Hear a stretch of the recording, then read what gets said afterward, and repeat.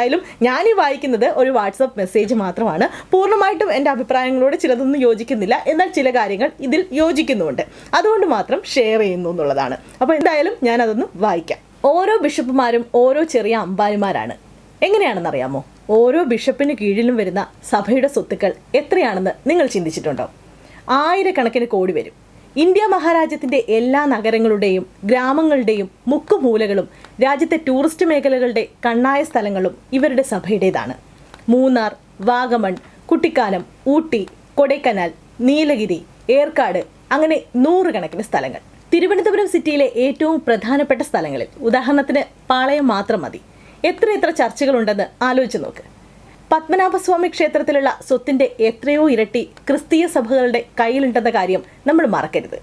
മുസ്ലിങ്ങളും ഹിന്ദുക്കളും രാജ്യത്തിന്റെ സ്വാതന്ത്ര്യത്തിന് വേണ്ടി പൊരുതി മരിക്കാൻ തയ്യാറായപ്പോൾ കുരിശു സംഖ്യകൾ ബ്രിട്ടീഷുകാരെ നല്ലവണ്ണം നക്കി സമ്പാദിച്ചതാണ് ഈ സ്വത്തുവകകൾ മുഴുവനും. സ്വാതന്ത്ര്യ സമരത്തിൽ പങ്കെടുക്കാതെ വിദേശികൾക്കൊപ്പം കൂടി സ്വത്തുക്കൾ കൈക്കലാക്കി രാജ്യത്തെ വഞ്ചിച്ച ഇവർ ചാരിത്ര പ്രസംഗമാണ് ഇപ്പോൾ നടത്തിക്കൊണ്ടിരിക്കുന്നത്. സിസ്റ്റർ അഭയെ കൊന്ന് കിണറ്റിലിട്ട കേസിന് കുരിശു സംഖ്യകൾ ചിലവാക്കിയത് 150 കോടി രൂപയായിരുന്നു. കുരിശു സംഖ്യയെ അപേക്ഷിച്ച് സംഖ്യകൾ പാവങ്ങളാണ്. നേതാവായ സവർണ സംഖ്യ നടത്തുന്ന മാനസിക പ്രലോഭനങ്ങളിൽ വീണ പാവങ്ങളാണ് സംഘപരിവാർ. ഒരു ശാഖയും കുറച്ച് മുളവടിയും കാക്കി നിക്കറും മാത്രമാണ് ഇവരുടെ സമ്പത്ത്. ബുദ്ധിമാന്മാരായ കുരിശു സംഖ്യകൾ ഇപ്പോൾ ചെയ്യുന്നത് കരുതി കൂട്ടിയുള്ള ഒരു പ്രവർത്തനമാണ്. അതിന്റെ ഉദ്ദേശം മുസ്ലിം സമുദായത്തെ തെമ്മാടിയാക്കി മുദ്രകുത്തുക എന്നതാണ്. കാരണം സംഘപരിവാറിന്റെ കയ്യിൽ രാജ്യത്തിന്റെ അധികാരമുണ്ട്. ബിഷപ്പുമാരുടെ കയ്യിൽ ഇന്ത്യയെ വിലയ്ക്ക് വാങ്ങാനുള്ള സമ്പത്തുണ്ട്. ഈ സമ്പത്തിൽ സംഘപരിവാർ കൈകടത്തിയാൽ ബിഷപ്പ് വെറും വിശപ്പായി മാറും. അതിന് തടയിടാൻ വേണ്ടി കുരിശു സംഖ്യകൾ കണ്ടുപിടിച്ച വിദ്യയാണ് മുസ്ലിം സമൂഹത്തിനെതിരെയുള്ള ആരോപണം. ഒരു വ്യഭിചാര കൊലപാതക കേസിൽ നിന്ന് രക്ഷപ്പെടാൻ വേണ്ടി മാത്രം 150 കോടി രൂപ ചെലവിട്ട സഭയാണ് മുസ്ലിം സമുദായത്തിനെതിരെ ഇപ്പോൾ ആരോപണങ്ങൾ ഉന്നയിച്ചിരിക്കുന്നത്.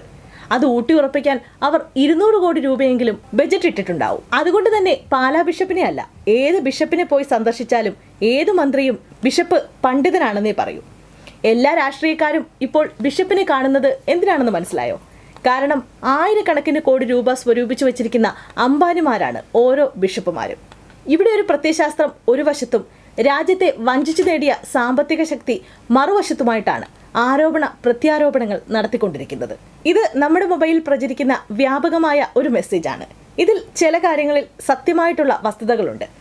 സാമ്പത്തിക ലാഭം ഏറ്റവും കൂടുതൽ കിട്ടുന്നത് സത്യം പറഞ്ഞാൽ ക്രിസ്തീയ സഭകളിൽ മാത്രമാണ്.